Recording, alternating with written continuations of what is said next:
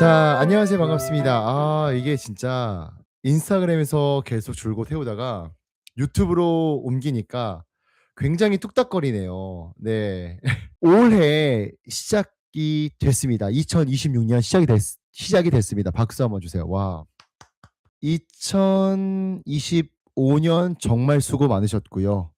2026년 시작이 됐는데 이제 제 주변에서 막 파이팅 넘치거나 그리고 2026년 한 해가 시작됐을 때 굉장히 기대감에 막 부풀어 오르는 분들이 생각보다 적더라고요. 제 주변에 오히려 그런 분들보다는 그냥 뭐 매년 맞이하는 새해, 별반 기대할 것 없는 2026년 그런 분들이 좀 많은 것 같아요. 그런 분들은 뭐 보통 기본값이고 좀 더 나아가면 되게 새해에는 으쌰으쌰 하잖아요. 뭔가 막 뭔가 파이팅 넘치고 그러잖아요. 근데 사실 내 상황은 여전히 힘들고 상황은 나아지지 않고 너무 어려워서 그 분위기와 현재 내 삶의 어떤 괴리감 때문에 더 힘들어하는 분들도 계시고요. 그거 알아요, 여러분? 유독 평소는 괜찮은데 생일날 더 외로운 거 알아요? 뭔 느낌인지 알죠, 여러분? 생일날이 더 외로워요. 왜냐면 생일날은 똑같이 뭐 똑같은 날인데 생일날은 내가 축하를 받아야 한다라는 어떤 그런 날로 내가 인식하고 있어서 그런지 내가 기대하는 게 있거든요. 근데 그 기대하는 것과 다르게 나를 챙겨주는 사람이 적으면 그게 더 외롭잖아요. 그 괴리감. 괜찮아. 그냥 넘어가도 상관없는데 왠지 그런 어떤 분위기와 내 상황에 대한 괴리감 때문에 그게 더 힘들더라고요. 이게 마찬가지인 게 연초에 지금 이 상황도 그 괴리감 때문에 너무 힘들어하는 분들이 많아요. 그만큼 뭐 그 연초의 분위기만큼 동기부여도 생기지도 않고 그리고 기대감도 없고 그러다 보니까 막 더 힘든 거죠. 그러면 우리가 이걸 어떻게 해석해야 될까? 사실 좀 많이 힘들고 어려운 분들을 위해 이 주제를 제가 가지고 왔어요. 예, 이 주제를 가지고 왔습니다. 여러분들이 더 이상 그 괴리감이 잘못된 게 아니다. 어쩌면 그 괴리감을 통해서 하나님 역사하시고 하나님 특별한 의도가 있으실 수 있다. 이걸 좀 여러분들에게 좀 말씀드리고자 오늘 방송을 좀 켰습니다. 자, 바로 첫 번째로 들어가 보죠. 왜 새해의 첫 시작이 유쾌하지 않을까? 다 같이 한번 첫 번째 외쳐볼까요? 빠밤. 자, 여러분, 우리가 그 새해에 유쾌하지 않는 이유 중 하나는 하나님이 우리를 그렇게 인도하시는 경우들도 있어요. 그 이유가 뭐냐면 우리의 감정과 우리의 상태가 우리의 삶을 끌고 가지 않음을 알려주기 위해서예요. 자신 조금 어려우니까 잘 곱씹어서 들으셔야 돼요. 곱씹으시면서 들으셔야 돼요. 우리 정성경님도 있구나. 반갑습니다, 정성경님. 네, 내 감정과 내 상태가 나의 삶을 끌고 가지 않음을 알려주기 위해서이죠. 여러분, 현대 사회에 우리가 우상으로 여기는 것들이 좀 많지만 우리가 우상으로 여기는 것 중에 하나가 바로 감정이라는 거 아세요, 여러분? 감정? 감정에 매여서 살 때가 되게 많아요. 내가 추구하는 그 감정을 느끼기 위해서 예배하는 경우도 있다라는 거죠. 인정하시죠, 여러분? 그러니까 내가 어떤 감정을 느끼고 싶어. 이 시즌에 특별히 연초에는 뭐 연말은 조금 센치해도 괜찮아. 왜냐면 센치해도 될 계절이고 또 그런 시즌이니까. 근데 연초는 뭔가 파이팅 넘쳐야 되고 뭔가 활기차야 되고 이러다 보니까 내가 느끼고 싶은 감정이 있는 거예요. 근데 그것을 위해서 하나님을 예배하거나 혹은 그런 감정을 느끼지 못할 때 하나님을 원망할 때도 있죠. 뭐 연초뿐만이겠습니까? 우리가 뭐 평상시에 내가 평안을 느끼고 싶을 때 혹은 내가 기쁨을 누리고 싶을 때 그런 감정을 누리기 위해서 하나님을 예배하는 경우들, 그러니까 주객이 전도된 거죠.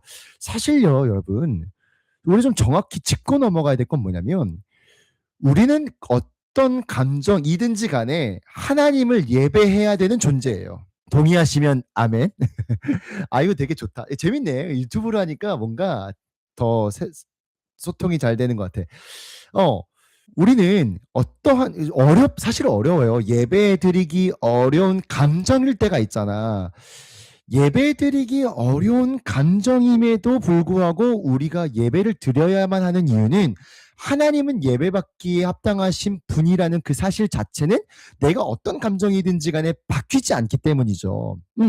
그래서 우리는요, 그 감정이나 내 상태가 이래야만 해. 그리고 이런 내 감정이 내 삶을, 내 한 해를 끌고 갈 것만 같은 마음이 있기 때문에 우리가 그 감정을 자꾸 추구하는 거예요. 그러다 보니까 이 새해에 내가 파이팅 넘치거나 유쾌하지 않는 이 시즌이, 이 상태가 불안하고 힘들고 잘못된 것처럼 여길 때가 있습니다. 그러나 여러분, 잘 들으세요. 하나님은요, 우리를 때로는 감정이 유쾌하지 않는 그 감정으로 내버려 둘 때가 있어요. 왜 그런지 아세요, 여러분? 그럼에도 불구하고 내 삶 속에서 역사하시는 하나님을 바라보게끔 만드는 것이고, 내 감정이 여전히 좋지 않음에도 하나님의 손길이 느껴짐으로 우리의 시선이 자꾸 내 감정, 내 상태가 아니라 하나님으로 옮겨가기를 하나님 원하신다라는 거예요. 대표적으로 한 인물을 좀 제가 꼽고 싶은데, 그 인물은 바로 요나입니다. 요나 여러분 아시죠? 요나는요, 감히 말하자면 분노라는 감정의 노예로 살아갔던 한 선지자였습니다. 여러분, 요나는 북이스라엘 선지자였어요. 북이스라엘은 그때 당시에 아수르라는 나라의 지배를 받고 있었죠. 그러니까 굉장히 아수르에 대한 적대감이 있었어요. 근데 그 아수르의 수도가 어디였냐? 바로 니느웨였습니다. 니느웨에 하나님 요나에게 말씀하시죠. 니느웨로 가서 너가 하나님의 마음들을 전해라 명령하시자, 요나는 분노에 사로잡혀서 하나님의 말씀을 떠나 요빠라는 항구에 내려가 다시스로 가는 배삭을 삽니다. 예, 여러분, 하나님의 말씀을 거역한 이유는 분노라는 감정 때문이었어요. 내가 싫어하는 그 새끼, 그 나라, 그 도시, 거기로 가라고? 그러니까 분노라는 감정이 앞섰기 때문에 하나님 말씀을 순종하지 않았던 거죠. 이게 바로 감정이 우상이 되는 대표적인 케이스입니다. 그러나 요나를 집요하게 하나님 이끄셔서 끝까지 하나님의 신실하심을 알려주시죠. 그리고 유명한 대사가 하나 있습니다. 요나서 4장 4절에 이런 말씀이 있어요. 여호와께서 이르시되 네가 성내는 것이 옳으냐 하시더라. 옳고 그름을 말하는 거죠. 그러니까 옳고 그름은 뭐냐면, 너 잘못됐어, 너 좀 잘못되고 있는 거야, 이렇게 지적하려는 것이 아니라 정말 무엇이 너의 삶을 인도하고 끌고 가는 것인지. 그러니까 옳고 그름은 정말 뭐가 진짜냐. 그러니까 성내는 것이 옳으냐 이 말은요, 옳고 그름, 그러니까 누가 더 맞냐라는 것보다 뭐가 진리이냐, 뭐가 진짜냐, 뭐가 더 현실적이냐, 이런 것들을 지금 하나님께서 말씀하시는 거예요. 여러분, 진짜 그런 적 있지 않아요? 내가 내 이 감정이 내 삶을 끌고 갈 것처럼 여겨서 그 감정을 추구하다가 이 감정이 갑자기 뒤바뀌는 상황들. 그러니까 내 감정은 너무 수시로 바뀌잖아요. 그러니까 결국에는 내 감정은 나를 끌고 가지 못하고 인도하지 못함을 하나님은 알려주시기 위해서 때로는 내 감정이 조금 처지더라도 내버려 둘 때가 있다라는 거죠. 그러니까 여러분, 우리가 그 캠프나 수련회 때 많이 왜곡된 하나의 신앙 문화가 있는데, 그게 뭐냐면 막 울어 가지고, 울면 실제로 여러분 어 진짜 어떤 감정적 해소가 있대요. 눈물을 흘리면 그게 어떤 뭐 영적인 것과 별개로 눈물을 흘리면 진짜 시원한 뭔가 그 감정적 해소가 있다라고 해요. 그래서 연극 치료나 감정 치료하시는 분들 중에서도 막 눈물을 흘리게끔 만드는 분들도 계시거든요. 근데 그 수련회에 가면요, 뭔가 눈물을 흘려야 될 것만 같은 그 분위기나 감정을 막 몰고 갈 때가 있죠. 결국에는 우리 그 많이 흔히 경험해 봤잖아. 눈물을 흘리느냐 안 흘리느냐가 은혜를 받냐 안 받냐의 척도가 되어 버린 것 같은 느낌? 그쵸? 그러니까 그런 감정이 뭔가 우상화되어서 진짜 하나님의 역사를 바라봐야 되는데, 그걸 못 보는 경우들이 많다라는 거죠. 예. 그게 이제 우리 신앙생활에 왜곡된 어떤 하나의 부분인 것 같아요. 결국에는 파이팅 넘치는 이 새해에 파이팅 넘치고 뭔가 '야 내가 진짜 뭔가 성경 일독해 봐야겠어. 내가 예배를 내가 정말 예배를 위해 내가 헌신해야겠어.' 이런 파이팅 넘치는 분도 계시지만 그게 나쁘다는 건 아닙니다. 그러나 그렇지 않을 때는요. 하나님이 우리의 감정을 풀어 주시지 않는 이유를 좀 다시 한번 곱씹어 보고 그럴 때일수록요.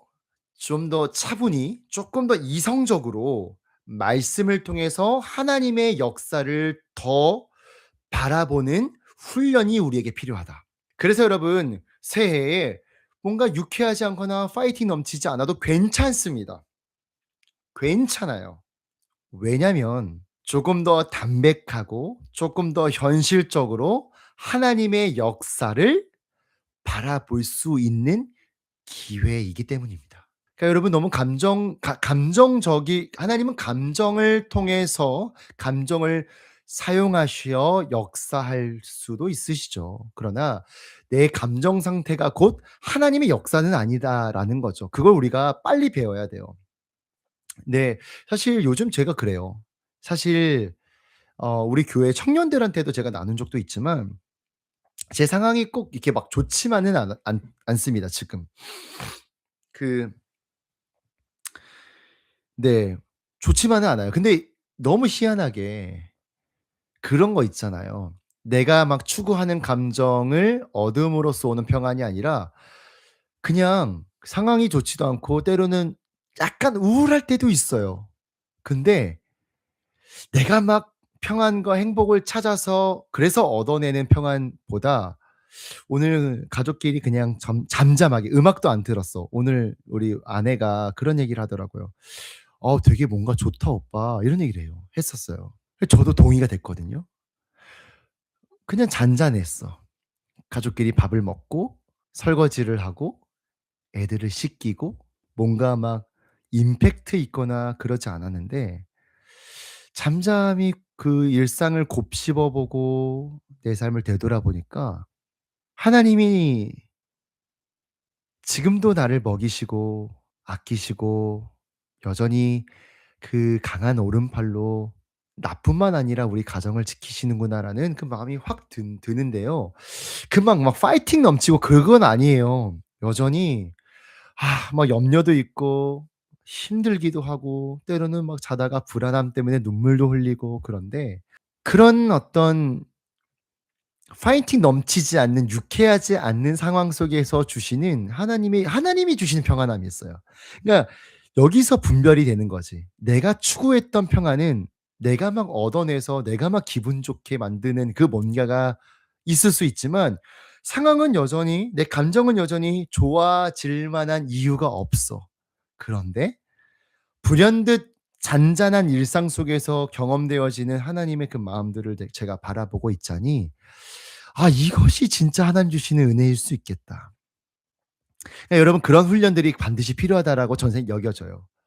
왜냐면 진짜 우리가 감정의 노예 그러니까 감정이 우리의 우상이 되어 내가 얻고 싶은 감정을 얻고자 하나님을 예배하는 경우들이 있는데 그것을 우리가 좀 '훈련받아야 되지 않을까.' 생각이 듭니다. 그러니 여러분 제가 이제 새해에 저처럼 파이팅 넘치지 않거나 유쾌하지 않은 분들이 있을 거라고 전 여겨져요. 괜찮습니다. 괜찮아요. 괜찮다고. 진짜로 괜찮다고. 왜 괜찮냐면 그 감정을 넘어선 하나님의 역사를 바라볼 수 있는 기회가 있지 않나 싶습니다. 우리 SY3928 님 접니다. 어떡해. 점점점. 어 그래요. 네. 안심이 되네요. 윈 M96 님 안심이 되네요. 맞아요. 진짜 여러분 저희 안용재의 주일 라이브의 특징이 뭐냐면 우리가 평소에 생각하지 못했던 것들을 제가 이렇게 긁어주는 여러분 굵직한 은혜는 교회에서 받으시고요.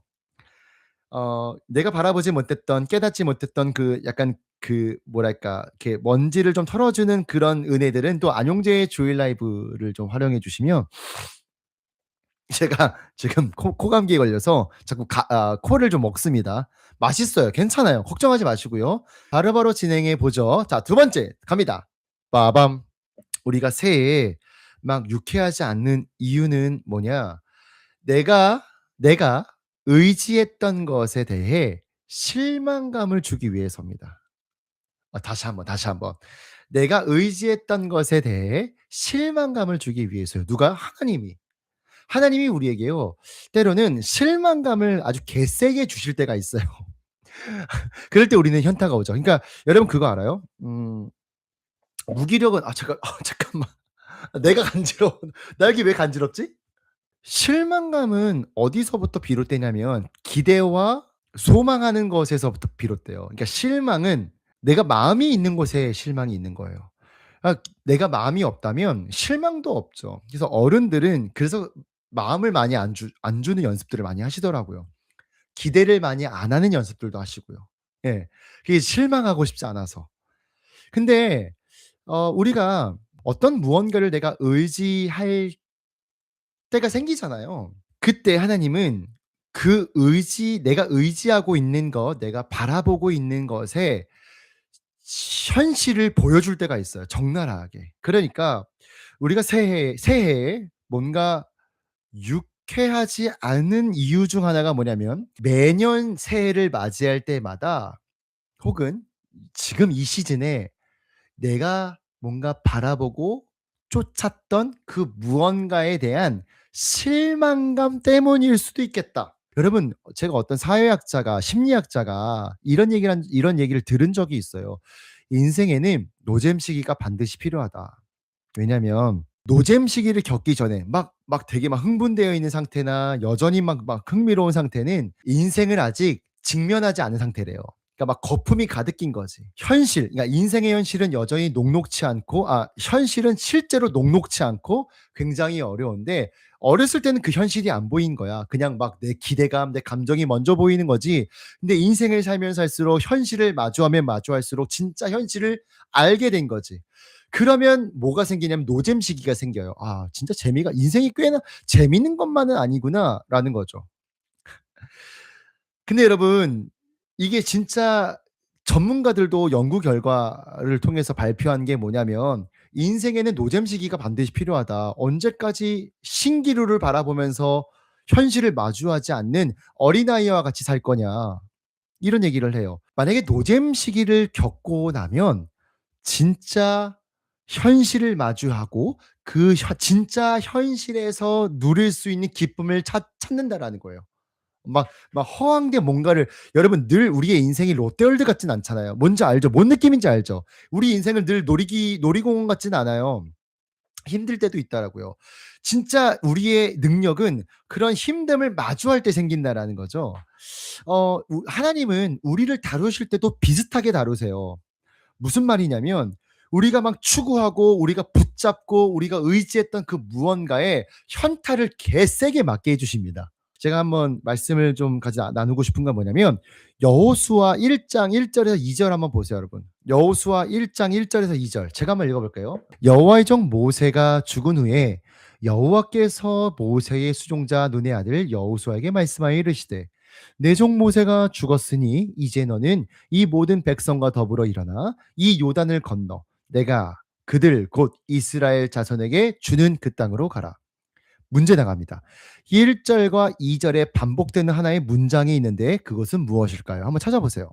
뭘까요? 채팅창이 굉장히 조용하네요. 두려워하지 말라. 두려워하지 말라는 없습니다. 문장. 죽었다. 자, 맞습니다. 죽었다. 누가 죽었다? 모세가 죽었다. 정답입니다. 정창원 님. 처음으로 댓글을 다신 것 같아요. 반갑습니다. 모세가 죽었다를 두 번 반복해요.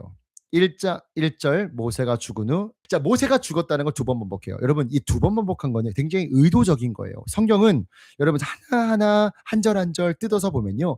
굉장히 의도가 다분히 묻어 있는 문장들이 굉장히 많고요. 그 1 절과 2 절이 2번 반복했다라는 건 강조의 의미인데 왜 이 모세가 죽었다라는 걸 굳이 하나님께서는 여호수아를 통해서 강조하게 만드셨을까요? 왜? 여러분 한번 추측해 보세요. 모세가 죽었다. 왜 모세가 죽은 거 그게 뭐가 중요해? 정창원 님 정답입니다. 이스라엘 백성들이 무엇을 누구를 많이 의지했냐면 모세를 꽤나 많이 의지했던 것으로 보여져요. 그것 좀 일리가 있었던 것은 모세는 40년 동안 이스라엘 백성들을 인도했고 모세를 통해서 하나님이 여러 기적들을 나타내셨죠. 이스라엘 백성들은 눈에 보이는 그 무언가를 쫓기를 바랬던 거예요. 대표적으로 모세가 율법을 출애굽기 32 장의 이야기인데 모세가 율법을 받으러 시내산에 올라갔는데 내려오지를 않는 거예요. 내려오지 않는 거예요. 얼마나 초조하겠습니까? 불안하겠습니까? 그래서 만든 게 뭐예요? 눈에 보이는 황금 송아지를 만들었다는 거예요. 이것이 여러분 황금소를 황금소로 예배했던 게 아니라 그거 이 황금소를 딱 세워 두고 우리를 애굽에서 인도하여 낸 여호와 하나님이라고 고백했던 게 그들의 영적 상태였던 거예요. 그러니까 눈에 보이는 그 무언가를 자꾸만 추구했던 거죠. 그 황금소를 황금송아지를 만들고 예배를 했던 거예요. 여러분 모세가 내려와서 하나님의 말씀을 듣고 시내산에 내려와서 그 황금송아지 앞에서 뛰놀고 있는 그 이스라엘 모습을 보고 너무 화가 나서 돌판을 던져 율법책을 깨트립니다. 그리고 나서 뭐라고 명령했냐면 그 모든 금송아지를 녹여서 그 금을 녹여서 이스라엘 백성들에게 다 먹이게 만들어요. 자, 또 하나 문제. 왜 먹이게 만들었을까? 왜 버리면 되잖아. 땅에 묻으면 되잖아. 왜 먹이게 만들었을까? 너희들이 그토록 따르고 원했던 황금 송아지도 니네 뭐가 된다? 배설물과 같다라는 거예요. 그거 알게 하기 위해서요. 여러분 얼마나 괴리감이 느꼈을까? 그 황금 송아지 앞에서 춤췄던 사람들이에요. 그걸 의지했던 사람들이에요. 그걸 바라봤던 사람들이에요. 그것이 우리를 인도하여 낸 여호와 하나님이라고 여겼던 사람들이에요. 그것이 결국엔 뭐가 돼요? 배설물이 되는 거예요. 여러분 그 괴리감을 그들이 견디었을까? 굉장히 힘들었을 거라고 저는 생각해요. 왜냐면 제가 아까 이야기했던 것처럼 내가 바라고 내가 쫓았고 내가 기대했던 그 무언가가 결국엔 썩어질 것이라는 것을 발견하면요. 처음 반응은 어떠냐? 무기력이에요. 무기력이라고요. 여러분 내가 막 붙잡고 있었던 게 결국에는 이게 붙잡을 것이 아니다라는 것을 말하면 바라보게 된다면 현타가 굉장히 많이 와요. 마찬가지입니다, 여러분. 여호수아 1장 1절과 2절에 모세가 죽은 후 모세가 죽었으니 내종 모세가 죽었으니라고 말한 것은 그들이 의지했던 것은 더 이상 의지할 만하지 못한 한계가 있는 존재라는 것을 알려주기 위해서 하나님이 그렇게 선포하신 거예요. 딱 때리고 시작하는 거죠. 왜냐하면 이스라엘 백성들은요 이제 수준이 높아져야 돼요.